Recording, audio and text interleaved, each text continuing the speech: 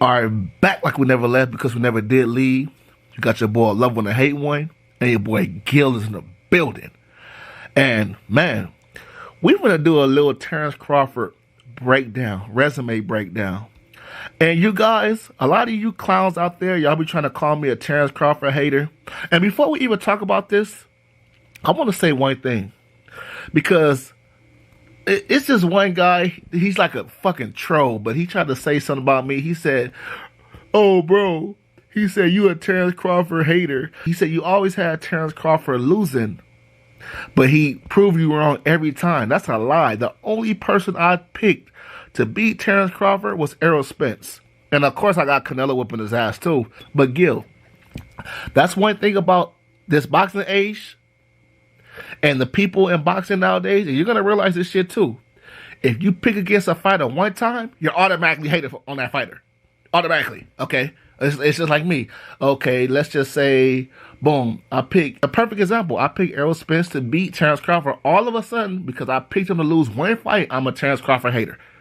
So that's the one thing about this boxing age that I hate too, is you're automatically a hater if you pick a fighter to lose a fight. But that's not here nor there. I'm not going to hold back with Terence Crawford resume, you guys. Terence Crawford, in my opinion, his resume, on paper, it looks excellent. Okay, on paper, it looks, you know, two-time undisputed. Canelo only went undisputed one time. But if you really think about it, let's get into the meat and the potatoes of this. Terence Crawford, I mean, okay, he got Gamboa, okay? Decent win, Gamboa, okay. At the time, I thought Terence Crawford was bigger, etc. But it's a good win on paper. Gamboa's undefeated. Cool. He beat Felix Diaz, okay? That's another fighter that I do give him credit for. Felix Diaz was a good fighter, but I think Terence Crawford was like low-key a weight bully back then. But I don't want to get into that because people will say I'm hating and all that shit. Okay, boom. I give you, he beat Victor Postal, okay, a good Victor Postal, I'll give you that. But, like, okay, let's talk about 147. Okay, you beat Jeff Horn. Every top fighter at 147 beat Jeff Horn.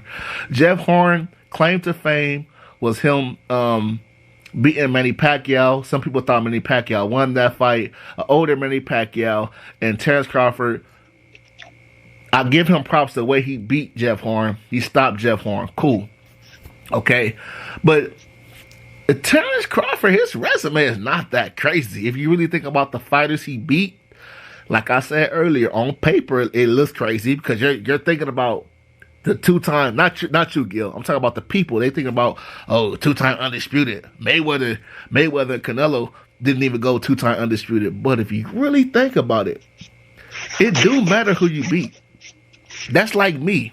My black ass. Let's just say Usyk is 90 years old, right? But he still got all the belts, and I beat Usyk, right? Does that really make my resume crazy? Just because I beat Usyk at 90 fucking years old? No, it doesn't. So it's like a lot of times people like to base people's resume off of, you know, the titles. Floyd Mayweather has a lot of titles. Over 12 defenses? I forget how much, but he has a lot of title defenses. But Floyd was beating guys past their prime. Oscar De La Hoya was past it. Okay, Mosley was past it. It was a good Mosley, but he was past it. He was 38 fucking years old, man, and he been in a whole bunch of wars.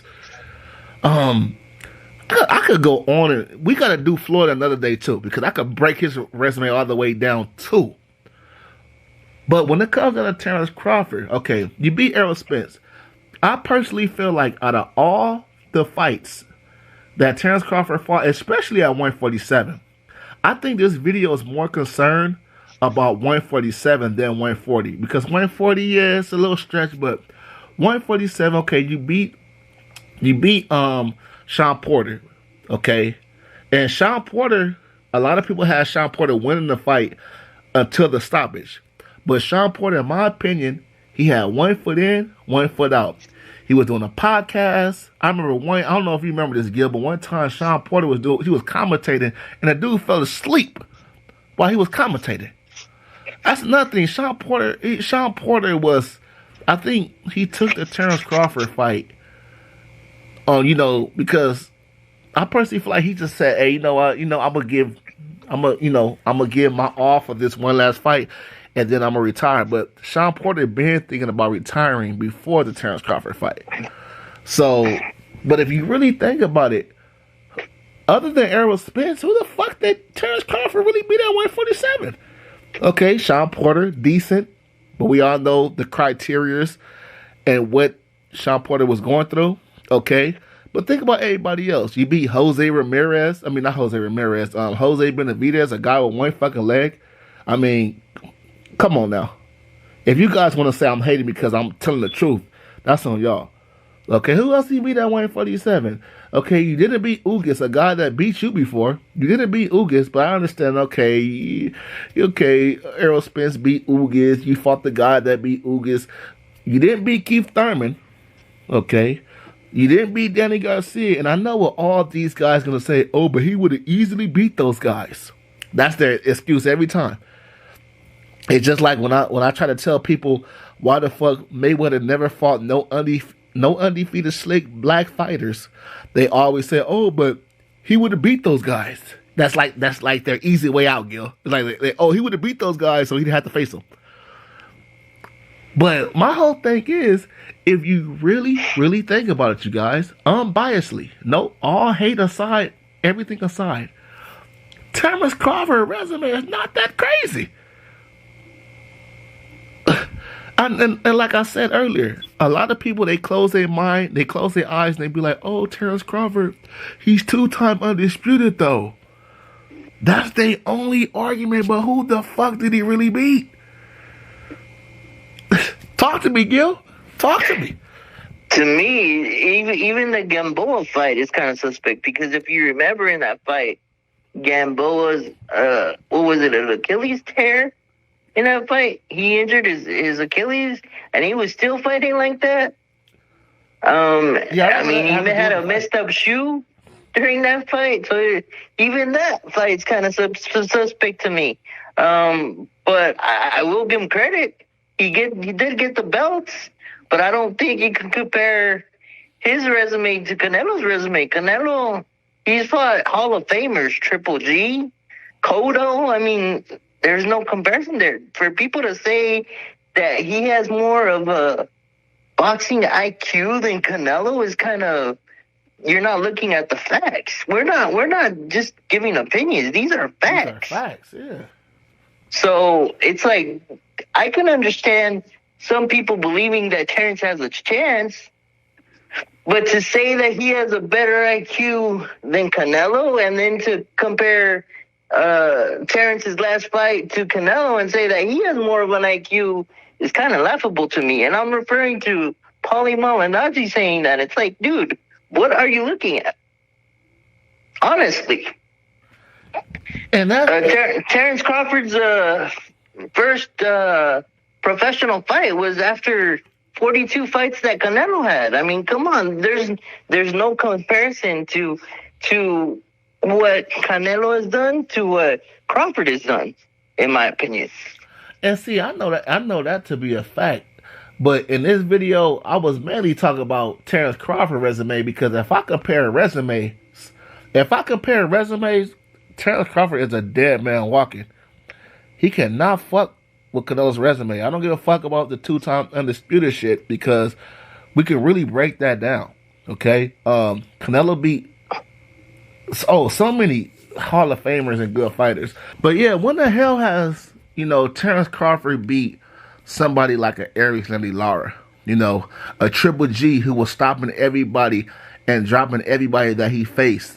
When you think about Terence Crawford's resume, it's nowhere near in comparison to Canelo. But the one thing they're going to tell us, Gil, but was Canelo 2-time undisputed or 2 different weight classes? That's going to be their main go-to every fucking time. So, and that's why I said earlier, on paper, that shit looks beautiful. 2-time undisputed. Floyd didn't do it. Pacquiao didn't do it. Canelo didn't do it. But if you really think about it, it's a lot deeper than just getting the belt. And let's go one step further. I believe Spence was compromised because of the car crash. Nobody wants to talk about it. When that fight took place, you can't tell me that Spence looked all right before that fight. He looked like he was high or something. He looked like he was compromised, but nobody wants to talk about that. Let's be honest about it. I've been saying that even after the fight happened, but if we say that, it looked like we're making excuses. So, and this is one thing about me, because I am a fair person. I'm the type of person, I do believe, if you're not ready to cook, don't get up in the kitchen. If you're not ready to get in the ring, don't get up in the kitchen. But we all know Errol didn't look like himself that fight. But they're going to say that that's excuses, yada, yada, yada. It's like the same, even with my boy Nello. It's like the same shit with Bivol. Yes, I do believe Canelo had a hand injury. I personally feel like Canelo could have done more of that fight. But, if you get in the ring, you really can't make excuses after you get in the ring. So, it's like, if I'm being, don't get me wrong, Gil, I agree with you 100%. We know Errol did not look himself ever since that car crash. But if I'm being fair, it's like, hey, you got up in the ring. It's like it'll sound like an excuse. You know what I'm saying? That's where I give Crawford his credit, because he did win that fight. And Like you said, Spence went inside the ring. He couldn't do anything. But I'm just calling attention to it because everybody wants to act like he destroyed him when he looked compromised from the beginning. Right. Since the first damn round. I'm like, this ain't the Errol I know. But shit, to prevent people from saying, well, it's just me though, because like I said, I do agree with you. I do feel like we all know Errol wasn't Errol, but all these Terence Crawford diehard fans, they wanted to make it seem like Errol was at his best when they fought. It sucks when it comes down to boxing, because that's just how it goes sometimes. It's like, even the Terence Crawford diehard fans, you gotta know that something look off for Errol. But every time I bring that up, they say, oh, you're making excuses for Errol and all this shit. But come on now. But yes, I mean, Terence Crawford's resume is suspect. And this is a fact. It's not like Terence Crawford, he beat Errol Spence and then he said, I would have respected Terence Crawford a lot more if he would have beat Errol Spence and then said, okay, you know what? I'm going to clean out the goddamn division and I'm going to beat Stayonis. There's some good guys at 147 right now. I'm going to beat Boots, Virgil Ortiz. It's still some good names that he could have faced at 147. But he beat even going to 154. Even going to 154, something. Yeah. Instead of wanting to go to 168, to me, I'm gonna be honest with you, it kind of looks like he wants to cash out. It's not, because he's 38 years old, bro. Let's be honest about it. Yeah. I don't think he's concerned about the win or the loss, bro. I think he knows his time's coming to an end. He wants to make as much money as he can. There's nothing wrong with that, but my whole thing with Terence Crawford, bro, we're not stupid. We can see things clearly, okay? I think you probably would agree with this too. Like, let's say if he would have stayed at 147 and he would have beat, like, 2 or 3 top guys, or even if he would have just went up to 154, beat Virgil Ortiz, he could have fought Boots up there, maybe a Jamel Charlo, maybe the guy that just beat, what's his name? He just beat Tim Tszyu. If he would have fought him, I think that's a truly dangerous fight for him. I don't think he would have taken that fight. Of course, the way that guy looked after the Tszyu fight. Listen, he's not gonna take no. What's his name? Baranchik? What's his goddamn name? I forget his name. I believe it is. But yeah, he's not gonna do that because he's, like you just said just now, he wants to cash out with the Canelo fight. But the diehard Terence Crawford fans, they will deny that shit. Turkey offered him Virgil Ortiz because they were trying to get the Canelo done and they couldn't. And he said no to that. I mean, Boots has been out there for years calling him out and he won't do it.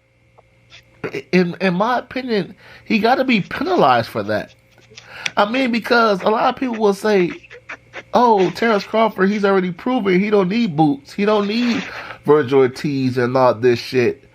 But at the same time, like, when Canelo does it, it's a cherry pick.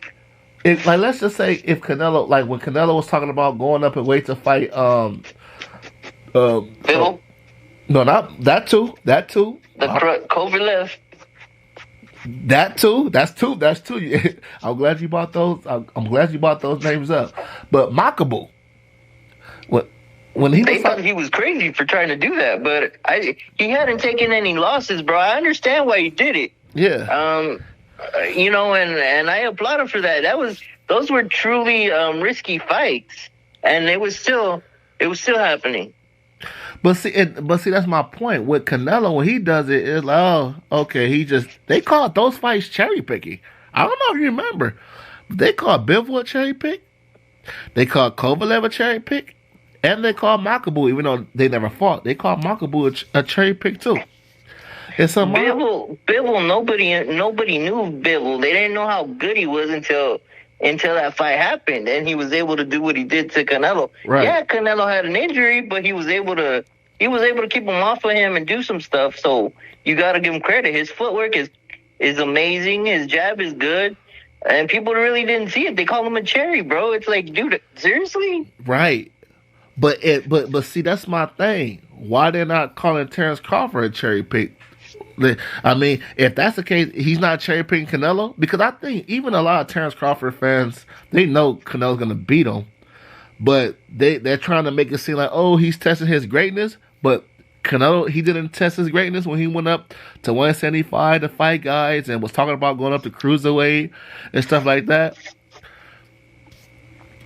Like my point is, man, when it comes down to Terence Crawford, I see what you're doing, okay, but he feels like because he beat Errol Spence, like Errol Spence was the end of all be all. It's like that solidifies his resume. But yes. Here's the thing. This is where I think that if he would fight like a Virgil Ortiz and all the guys you mentioned, bro, it would solidify his resume. We couldn't say shit. It would. We couldn't say nothing. Like if you would have beat Brian Norman Jr., Virgil Ortiz, the guy that just beat Tim Tszyu, if he would have fuck that. He could have even beat Tim Tszyu. The fact that he beat Errol Spence and he felt like, oh, okay, I'm good. I'll beat Errol Spence. It's like you felt like your job is done. But we don't know. I mean, I'm not going to even lie. You might disagree with me too. I would have favored him against Virgil Ortiz. But that don't mean it's a guaranteed win for you. See, here's where I think there has always been a double standard when it comes to Terence Crawford's resume and Canelo's resume. Yeah. It's like they always say, oh, well, Canelo was been cherry picking, but they don't want to admit that there's this. It's kind of risky. If you really look at his resume, you would want to say, well, he fought this guy. It kind of picks up his resume, right? But a lot of people don't do that. They just want to say, oh, well, you got 2-time undisputed. And I give him credit. You can't control the guys you fight. Right. But if you want to prove your greatness, you kind of try to solidify your resume to make it stronger so that there's no question when your career is over. But let me tell you this is why I can blame Terence Crawford, because he don't want to fight nobody but Canelo right now, though. Now if Terence Crawford was like, you know what, I'll fight Boots, I'll fight Virgil, but I want Canelo. He's making it clear he don't want to fight nobody but Canelo right now. Like when you still got it's food for Crawford right now. I don't know if Crawford can beat Virgil Ortiz. I'll be edging him. But here's what's funny, bro. If you really wanted to solidify himself at 168, he would have fought William Skull to get used to the weight, and then fought Canelo, right? But he doesn't want to do that. He don't want to risk it. He wants to go straight in for Canelo. And you know why that is, right? Because he almost lost. I mean, I thought he beat Madrimov, but some people thought that fight could have been a draw. But I thought Madrimov had it by 1 round. It's not just you, though. It's a lot of people that thought Madrimov took that fight. Or it could have been a draw at the very least. And the only reason I say that is because Madrimov was catching him with those straight punches, and he wasn't moving his head. And it wasn't 1 or 2 times. It was constant. It was constantly, yeah.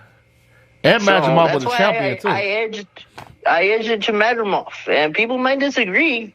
Yeah, he kind of let his foot off the gas in the last 2 rounds where I could see why they gave it to Terence Crawford. Right. But to me, it was the consistency of that punch that he was catching him with that gave him those rounds.